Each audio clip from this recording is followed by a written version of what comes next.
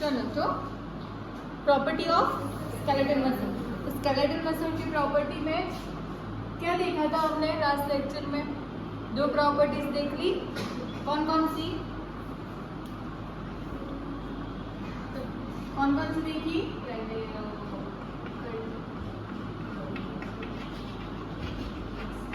Excitability, फिर क्या देखा? मसल टोन, और फिर अभी आ गया कॉन्ट्रैक्टिलिटी।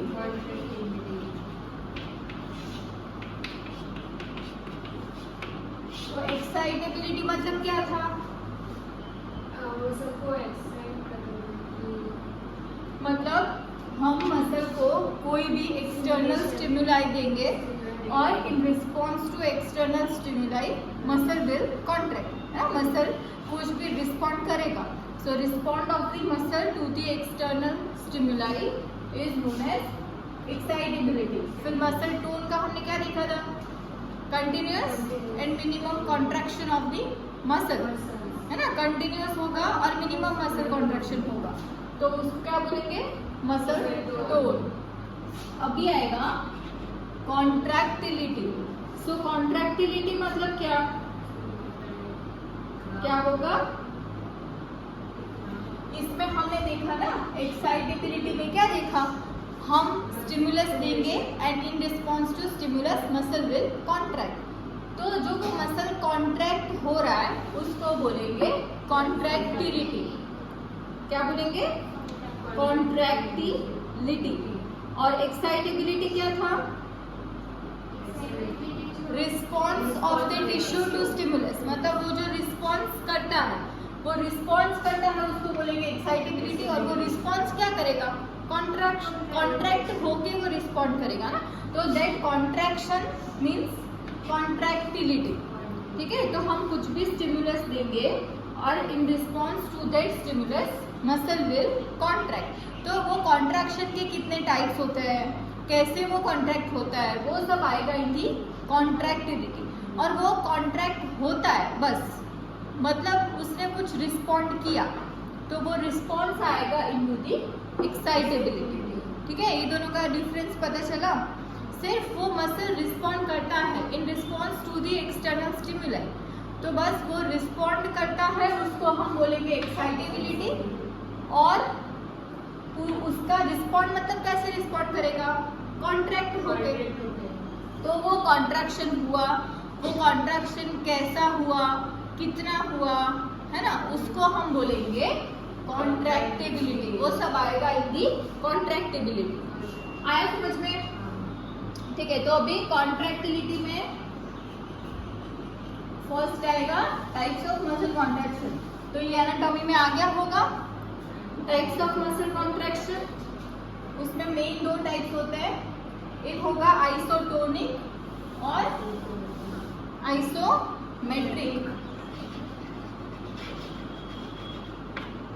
कॉन्ट्रैक्टिलिटी, तो कॉन्ट्रैक्टिलिटी के मसल कॉन्ट्रैक्शन के दो टाइप्स हैं।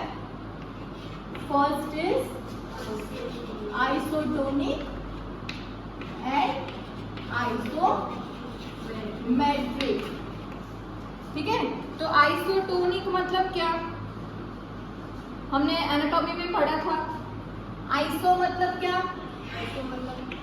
आइसो मतलब सेम इक्वल, एंड टोनिक मतलब टोन, है ना? सो आइसोटोनिक मतलब मसल का टोन सेम रहेगा पर मसल का लेंथ चेंज होगा। बढ़ेगा ऐसा हम फिक्स नहीं बोल सकते, पर चेंज होगा। सो बढ़ेगा या कम होगा वो डिपेंड करता है कौन सा आइसोटोनिक कॉन्ट्रैक्शन है। तो आइसोटोनिक कॉन्ट्रैक्शन में भी दो होता है। कौन सा? इसेंट्रिक मसल कॉन्ट्रैक्शन और कॉन्सेंट्रिक मसल कॉन्ट्रैक्शन। तो इसेंट्रिक मसल कॉन्ट्रैक्शन मतलब lengthening of the muscle.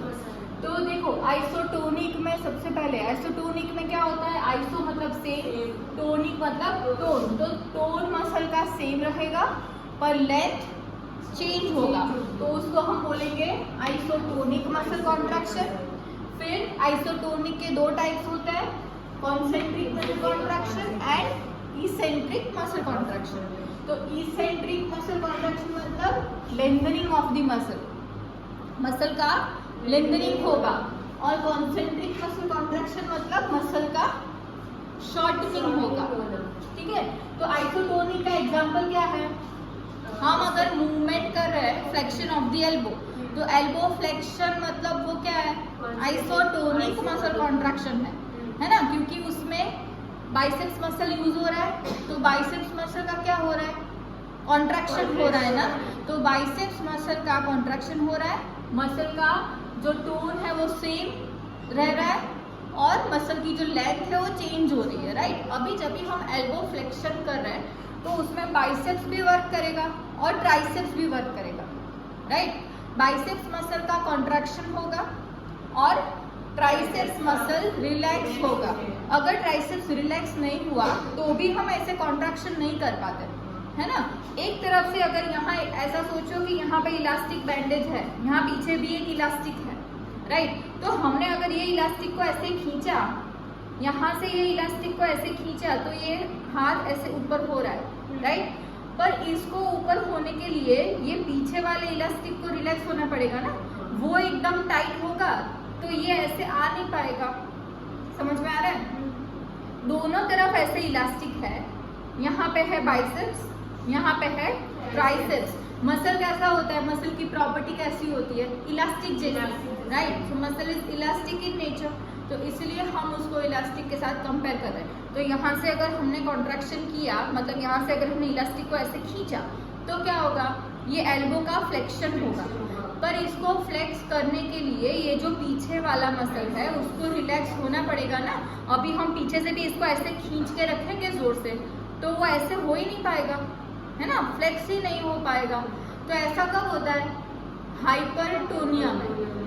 Hypertonia में अगर ये ट्राइसेप्स का टोन ज्यादा है तो वो फ्लेक्स नहीं कर पाएगा, क्योंकि वो उसका टोन ज्यादा है तो वो मसल रिलैक्स नहीं हो पा रहा है, तो वो हाथ को ऐसे ही खींच कर रखेगा, तो patient will not able to do flexion, मतलब ऑपोजिट मूवमेंट, जो भी मसल का हम बोले। तो अभी ये आइसोटोनिक मसल कॉन्ट्रैक्शन है, पर कौन सा आइसोटोनिक? इसेंट्रिक या कॉन्सेंट्रिक? कौन सा? कौन से मसल का कॉन्सेंट्रिक? बाइसेप्स है। बाइसेप्स का क्या हो रहा है? शॉर्टनिंग या लेंथनिंग? शॉर्टनिंग। जब भी हम एल्बो फ्लेक्शन कर रहे हैं तो बाइसेप्स का शॉर्टनिंग हो रहा है, राइट। तो शॉर्टनिंग मतलब कौन सा? Concentric muscle contraction, right.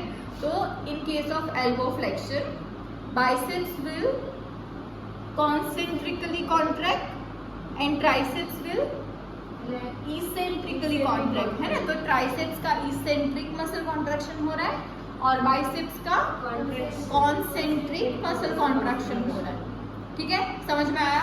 तो ये है आइसोटोनिक मसल कॉन्ट्रैक्शन। अभी नेक्स्ट है आइसोमेट्रिक मसल कॉन्ट्रैक्शन। तो आइसोमेट्रिक में क्या होगा? Iso means same, metric means length. तो आइसोमेट्रिक मसल कॉन्ट्रैक्शन में मसल का टोन चेंज होगा पर लेंथ सेम रहेगी। लेंथ सेम रहेगी का मतलब क्या है? मूवमेंट नहीं होगी, क्योंकि अगर हम मूवमेंट कर रहे हैं तो लेंथ सेम नहीं रहेगी ना। मूवमेंट कर रहे हैं तो लेंथ चेंज हो जाएगी।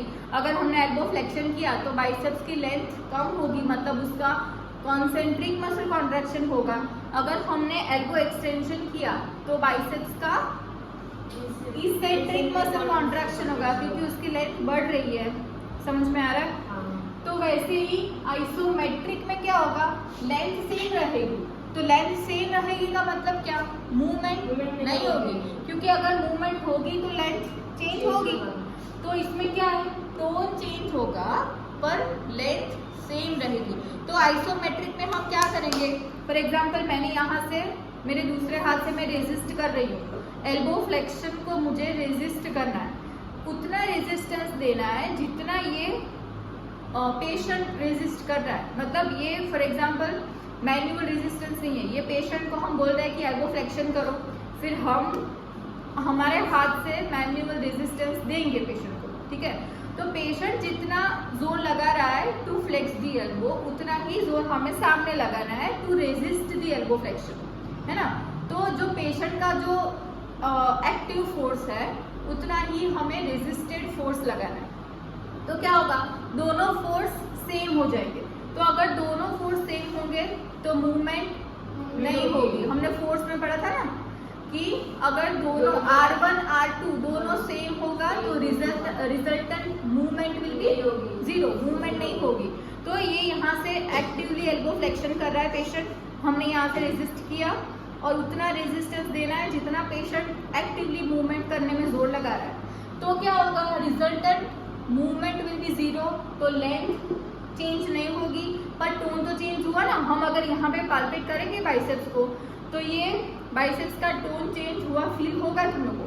तो मतलब टोन चेंज हुआ पर लेंथ चेंज नहीं हुई, है ना। ये ईटी में पढ़ा होगा, ईटी में पढ़ा ना, ईटी में पढ़ा, बीएमपी में भी पढ़ा, राइट।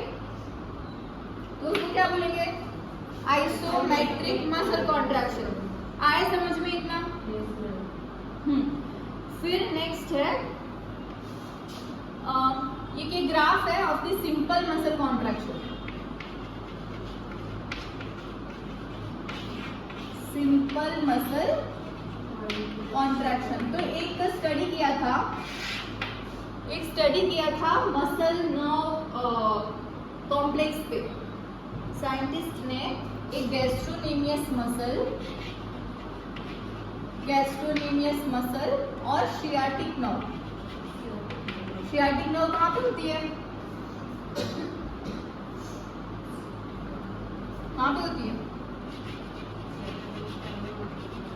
लोअर लिम्ब हो गया ना पूरा, लोअर लिम्ब में होती है, अपर लिम्ब में होती है?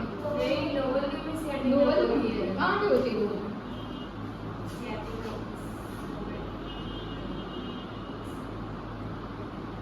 पोस्टीरियर साइड, पोस्टीरियर थाई से नीचे आती है, उसका कोर्स पढ़ के आना कल। शियाटिक नर्व का कोर्स पढ़ के आना। तो साइंटिस्ट ने क्या किया, गैस्ट्रोशियाटिक नर्व प्रिपरेशन, मतलब गैस्ट्रिक नर्व और गैस्ट्रोनेमियस मसल और शियाटिक नर्व का जो कॉम्प्लेक्स है उसको स्टडी किया, पर हमारा नहीं, कहाँ से, फ्रॉग में। फ्रॉग का जो गैस्ट्रोनेमियस मसल जो यहाँ पे होता है पोस्टीरियर लेग में, है ना, हाँ, तो वो गैस्ट्रोनेमियस मसल और शियाटिक नर्व, उसका जो कॉम्प्लेक्स, उसने साइंटिस्ट ने ये स्टडी किया। उन लोगों ने क्या किया, मसल को स्टिमुलेट किया, मतलब गैस्ट्रोनेमियस मसल को स्टिमुलेट किया, और वो कैसे स्टिमुलेट होता है, उस कितनी फ्रीक्वेंसी में स्टिमुलेट होता है, वो सब उन लोगों ने स्टडी किया। तो उसमें से क्या मिला,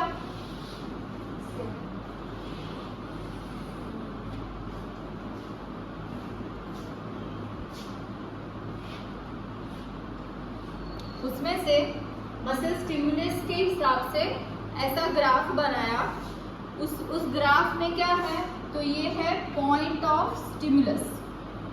उसमें उन लोगों ने ये स्टडी किया कि हम लोग जब भी स्टिमुलस देते हैं, स्टिमुलस मतलब यहाँ पे कौन सा स्टिमुलस दिया, इलेक्ट्रिक स्टिमुलस, है ना, मतलब ES।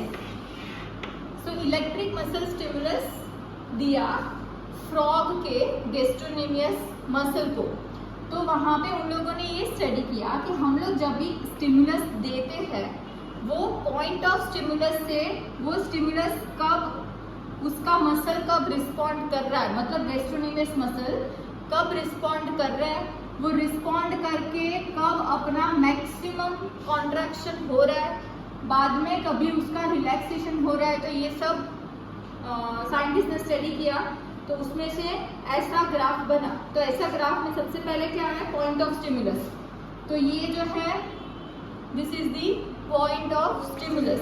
तो जैसे ही हम स्टिमुलस देते हैं, हमने एक्साइटेबिलिटी में क्या पढ़ा था कि हम जब भी स्टिमुलस देते हैं उसके कुछ मिली सेकेंड के बाद में हमारा मसल स्टिमुलेट होता है, मतलब मसल रिस्पॉन्ड करता है ना।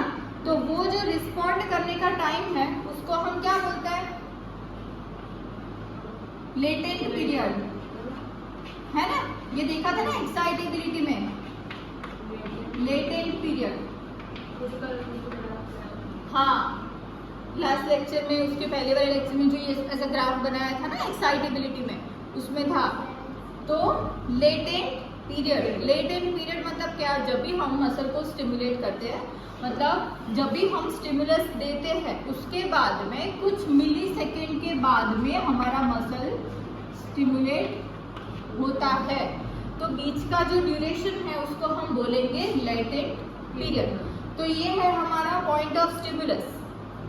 यहाँ पे हमने ये स्टिमुलस दिया, वो स्टिमुलस देने के बाद में 0.1 मिली सेकेंड के बाद में मसल ने रिस्पॉन्ड किया, ठीक है। तो जब भी मसल ने रिस्पॉन्ड किया मतलब क्या होगा, रिस्पॉन्ड मतलब कैसे रिस्पॉन्ड करता है, कॉन्ट्रैक्ट होके, है ना। मसल रिस्पॉन्ड कर रहा है मतलब क्या, ऐसे बोलेगा कि हाँ मुझे करंट फील हुआ, ऐसे नहीं बोलेगा ना। तो कैसे, हमें कैसे पता चलेगा कि मसल ने रिस्पॉन्ड किया, through the muscle contraction, right. तो ये है हमारा पॉइंट ऑफ स्टिमुलस। यहाँ पे ये मसल ने स्टिमुलस, हमने स्टिमुलस दिया, उसके बाद में ये है पॉइंट ऑफ कॉन्ट्रैक्शन। मतलब देखो यहाँ से ये मसल ने कॉन्ट्रैक्ट होना शुरू किया, राइट। तो ये है पॉइंट ऑफ कॉन्ट्रैक्शन। तो ये पॉइंट ऑफ स्टिमुलस, हमने स्टिमुलस दिया, उसके बाद में यहाँ पे दिख रहा है थोड़े टाइम के बाद में मसल में कॉन्ट्रैक्शन हुआ। तो ये जो बीच का जो टाइम है उसको क्या बोलेंगे, latent period. The time difference between point of stimulus and point of muscle contraction, उसको बोलेंगे लेटेंट पीरियड, ठीक है। समझ में आया इतना। फिर है point of maximum contraction, point of maximum contraction. अभी एक ग्राफ से पता चल रहा है कि मैक्सिमम कॉन्ट्रैक्शन कितना है, यहाँ तक गया है ना। So this is the point of maximum contraction. ये मसल यहाँ से कॉन्ट्रैक्ट होना शुरू हुआ, फिर ये बड़ा बड़ा बड़ा ज्यादा कॉन्ट्रैक्शन हुआ, फिर ये यहाँ पे मैक्सिमम कॉन्ट्रैक्शन हुआ है, फिर धीरे धीरे मसल रिलैक्स हो रहा है और कॉन्ट्रैक्शन कम हो रहा है, राइट। तो ये जो है ये क्या है, this is the point of maximum contraction, है ना। तो ये है पॉइंट ऑफ मैक्सिमम कॉन्ट्रैक्शन। ऐसा पॉइंट कि जहाँ पे हमारे मसल का, मतलब यहाँ पे गैस्ट्रोनीमियस मसल लिया है हमने, सो गैस्ट्रोनीमियस मसल का मैक्सिमम मसल कॉन्ट्रैक्शन हो रहा है, उसको बोलेंगे पॉइंट ऑफ मैक्सिमम कॉन्ट्रैक्शन, ठीक है। समझ में आया इतना। फिर है point of maximum relaxation.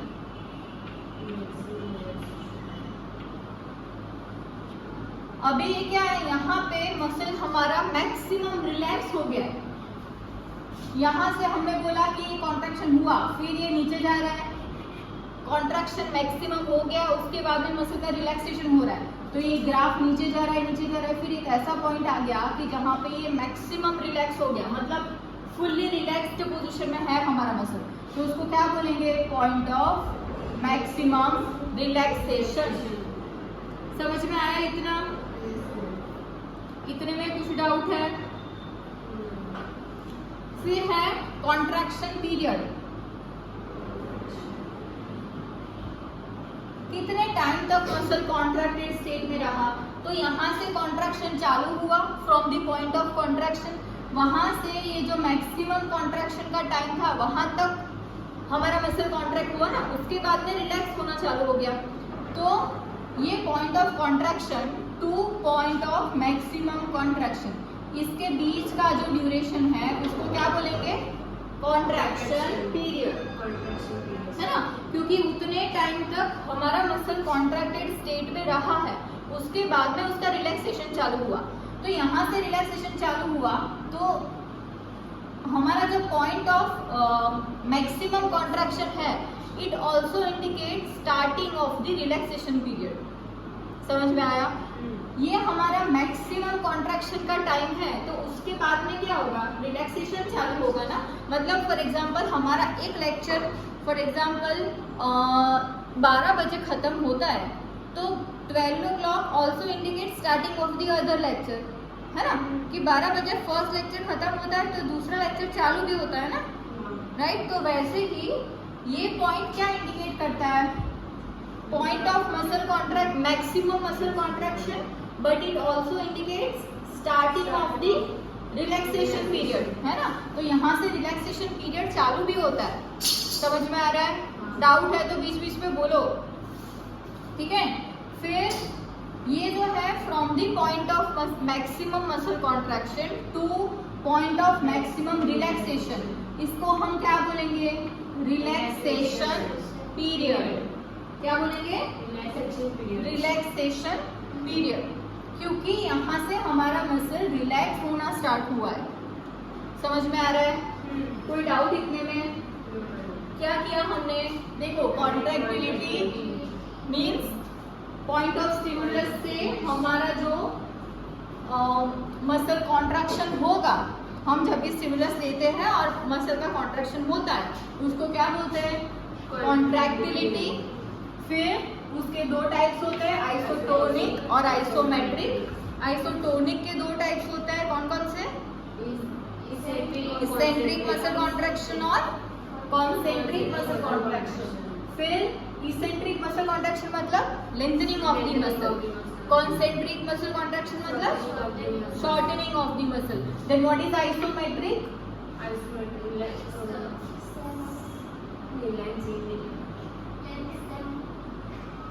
Relaxing और टोन चेंज होगा। Yes, muscle length will be same but tone will change. Then एक सैंपल हमारा है सिंपल मसल कॉन्ट्रैक्शन का। ये ग्राफ हमने देखा, वो किसके मसल में ये किया था? Gastrocnemius muscle and sciatic nerve. तो गैस्ट्रोशियाटिक नर्व प्रिपरेशन थी, ये फ्रॉग में किया था, ये है ना। तो ये एक स्टडी है जो फ्रॉग में किया था to understand the muscle contraction in response to stimulus. तो इसमें क्या किया था? फ्रॉग के गैस्ट्रोनिमियस मसल में ये इलेक्ट्रिक स्टिमुलेशन दिया। इसमें हमने क्या देखा? ये है पॉइंट ऑफ मसल स्टिमुलस, मतलब जहाँ पे हम जब भी हम पॉइंट जो टाइम पे हम मसल को स्टिमुलेट करते हैं, स्टार्ट करते हैं, that is point of stimulation. फिर हमने तो यहाँ से स्टार्ट कर दिया, पर मसल को भी उसके सामने रिस्पॉन्ड करने में थोड़ा टाइम लगेगा ना। तो मसल ने जब रिस्पॉन्ड किया, that is point of contraction. In the time duration between point of stimulus and point of contraction is known as latent period. तो इसमें लेटेंट पीरियड कितना था? 0.1 millisecond. Latent period will always be in the millisecond, है ना। In the normal healthy muscle, paralysed muscle में हम नहीं बोल रहे, पर नॉर्मल हेल्दी मसल में मिलीसेकेंड में ही होगा लेटेंट पीरियड। फिर point of muscle contraction to point of maximum stimulus, point of maximum contraction. Point of maximum contraction मतलब जब जो पॉइंट पे हमें मैक्सिमम कॉन्ट्रैक्शन मिल रहा है, उसके बाद में मसल रिलैक्स होना चालू हो जाएगा। वो पॉइंट को हम बोलेंगे पॉइंट ऑफ मैक्सिमम कॉन्ट्रैक्शन। फिर time duration between point of contraction to point of maximum contraction, उसको क्या बोलेंगे? Contraction period. फिर point of maximum contraction to point of maximum relaxation, उसके बीच के टाइम को क्या बोलेंगे? रिलैक्सेशन पीरियड, क्योंकि यहाँ से मसल रिलैक्स होना स्टार्ट हो रहा है। इतना कोई डाउट इतने में? नो डाउट, सब कुछ समझ में आया? श्योर? अभी नेक्स्ट में हम देखेंगे लेंथ टेंशन रिलेशनशिप, है ना।